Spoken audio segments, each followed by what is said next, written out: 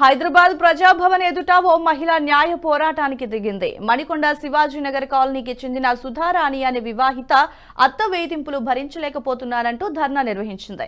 తన భర్త మృతి చెందాడని, ఆస్తులు మాత్రం ఆడపడుచులకి అత్త రాసిందన్నారు. తన పిల్లల భవిష్యత్తు కాపాడాలని కోరింది. తన పిల్లలకు కూడా ఆస్తులు రాసివ్వాలని ఆమె డిమాండ్ చేస్తూ 2 పిల్లలతో కలిసి ప్రజాపాలన కౌంటర్ ఎదుట బైఠాయించింది.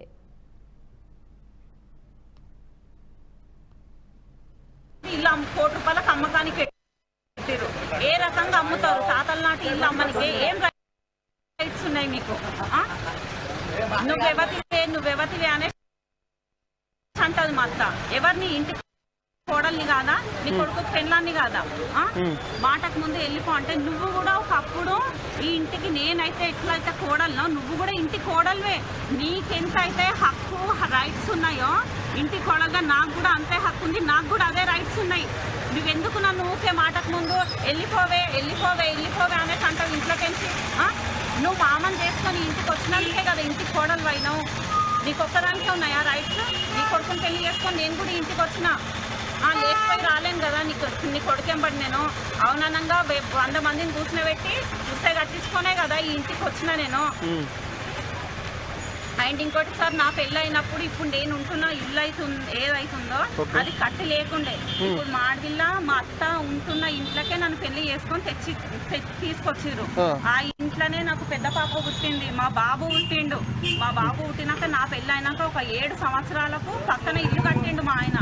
ఇల్లు కట్టిన భర్త ఉన్నప్పుడు ఇలాంటి గొడవలు జరుగుతుండేనా? ఇలాంటి గొడవలు జరగలేవు సార్. మా హస్బెండ్ చనిపోయినాక ఒక 2 ఇయర్స్ నుంచే ఇక ఇవన్నీ మెల్లమెల్లగా స్టార్ట్ చేసి ఉండలేని అన్ని మాడవిళ్ళ పేరు మీద రాసింది మా అత్తమ్మ.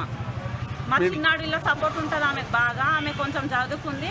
ఆ ప్రతిసారి ఏదో ఒక రూపాన లెటర్లు రాసి ఇస్తారు. అండ్ మొన్న నేను రీసెంట్గా ఒక 1 ఇయర్ బ్యాక్ నాకు గోల్డ్ ఒక 20 తులాస్ దాకా గోల్డ్ ఉండే సార్. నాది మా హస్బెండ్ వాళ్ళ బంగారం అమ్మేసి పైన స్లాబ్ వేసి ఇల్లు కట్టుకున్నా. కనీసం కిరాయిలన్నీ వస్తే కిరాయిల మీద పిల్లలను చదివించుకోవచ్చు అనేసి. ఆ ఇల్లు కట్టేటప్పుడు కూడా మస్తు గలీజ్ మాటలు సార్, మస్తు తిట్టిరు, కొట్టడానికి వచ్చిర్రు. మున్సిపల్ ఆఫీస్లో వచ్చి ఒక 10-15 కంప్లైంట్లు రాసి ఇచ్చిర్రు నా మీద. ఆ ఇంట్లో కూడా మాకు వాటా కావాలి అనేసి.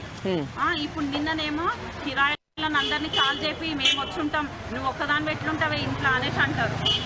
మరి మీ అత్తగారిది ఏడుంది? నా అత్తగారిది నాకు ఇంతనన్ను ఉంది కదా. సావిత్రి అంటాం ఉంది, ఆమె భర్త సంపాదించింది ఏడుంది? వాళ్ళ అత్తగారిది ఏముంది చూపియాలి నాకు. నేను వంశానికి ఉన్నానే అంటే వంశపోని పెళ్లి చేసుకున్నావా నువ్వు? వంశం పేర్లు నిలబెట్టుకోనికే కొరచర్ల వంశపోని పెళ్లి చేసుకున్నావా నువ్వు? అసలు ఏడిపోయింది నీ మొగడు? ముస్లింని పెళ్లి చేసుకున్నావు, కొరచర్ల వంశం పెట్టుకున్నావు. ఏ రకంగా పెట్టుకున్నావు? నా మొగడు ఎవరికి పుట్టిండో వాళ్ళని తీసుకొచ్చి చూపియాలి నాకు. వాళ్ళతోనే మాట్లాడతాను నేను. పుట్టలేరు అనేసి అన్నారు కదా, పుట్టనప్పుడు మీరెట్లా ముంగట ఉండి నాకు పెళ్లి చేసి తీసుకొచ్చు. ఈ వీడియో మీకు నచ్చినట్టయితే లైక్ చేయండి, 10 మందికి షేర్ చేయండి. అలాగే కామెంట్ల రూపంలో మీ అభిప్రాయాలను మాతో పంచుకోండి. Nationalist hub group of channels ను సబ్స్క్రైబ్ చేసుకుని తెలుగునాట జాతీయవాద జర్నలిజాన్ని ప్రోత్సహించండి. ఈ వీడియో కింద ఉన్న బెల్ ఐకాన్ పై క్లిక్ చేయడం మర్చిపోవద్దు.